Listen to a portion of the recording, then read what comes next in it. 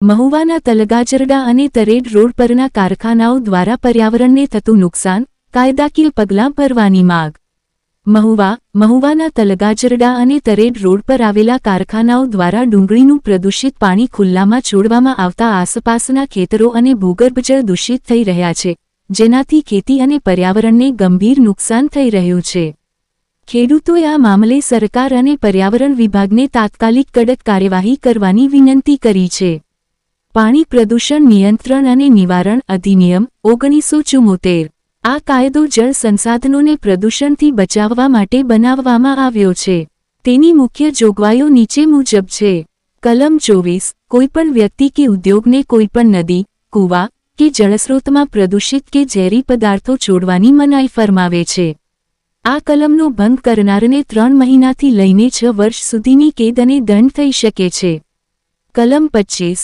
ગુજરાત પ્રદૂષણ નિયંત્રણ board (GPCB) ની પરવાનગી વગર કોઈપણ ઔદ્યોગિક એકમ દ્વારા પ્રદૂષિત પાણી છોડવા પર પ્રતિબંધ મૂકે છે. નવા ઉદ્યોગને શરૂ કરતા પહેલા બોર્ડની પરવાનગી લેવી ફરજિયાત છે. કલમ 47. જો કોઈ કંપની કે ઉદ્યોગ કાયદાનો ભંગ કરે તો તેના માટે જવાબદાર અધિકારીઓ અને મેનેજમેન્ટ સામે કાનૂની કાર્યવાહી થઈ શકે છે.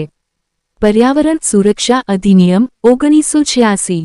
આ કાયદો પર્યાવરણના રક્ષણ અને ગુણવત્તા સુધારવા માટે એક વ્યાપક માળખું પૂરું પાડે છે. કલમ 7. કોઈપણ વ્યક્તિ કે ઉદ્યોગને પ્રદૂષણ ફેલાવી શકે તેવા પદાર્થોનો નિકાલ કરવા પર નિયંત્રણ મૂકે છે. કલમ 15. આ કાયદાની કોઈપણ જોગવાઈનો ભંગ કરવા બદલ 5 વર્ષ સુધીની કેદ અથવા 1 લાખ રૂપિયા સુધીનો દંડ થઈ શકે છે.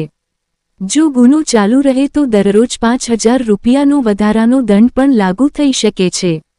ગુજરાત પ્રદૂષણ નિયંત્રણ બોર્ડ (GPCB) નું કાર્ય. GPCB આ કાયદાઓનો અમલ કરાવવા માટે જવાબદાર છે. બોર્ડ પ્રદૂષણ ફેલાવતા કારખાનાઓનું નિરીક્ષણ કરી શકે છે, પ્રદૂષણના સ્તરની તપાસ કરી શકે છે અને જરૂરી હોય તો કારખાનાને બંધ કરવાનો આદેશ પણ આપી શકે છે. ખેડૂતો આ મામલે કને સીધી ફરિયાદ કરી શકે છે, જે બાદ બોર્ડ દ્વારા નિયમો મુજબ કાર્યવાહી કરવામાં આવે છે. ખેડૂતોની માંગ છે કે આ કારખાનાઓ સામે ઉપર જણાવેલા કાયદાઓ હેઠળ કડક પગલાં લેવામાં આવે, જેથી ભવિષ્યમાં આવા બનાવો ફરી ન બને અને ખેતીલાયક જમીન તેમજ પાણીના સ્ત્રોતોને સુરક્ષિત રાખી શકાય. જય જવાન જય કિસાન.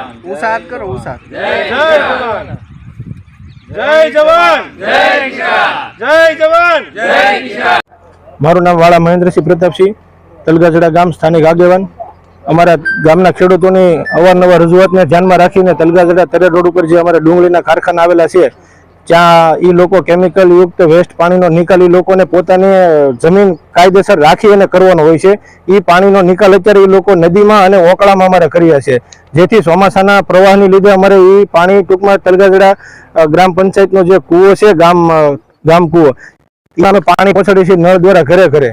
તો ખેડૂતોના કૂવામાં ચાર્જિંગ થયેલ છે અને એ તલગાજડા છે ગામ સુધી, નદી સુધી પણ એ પાણી પહોંચવાનું છે.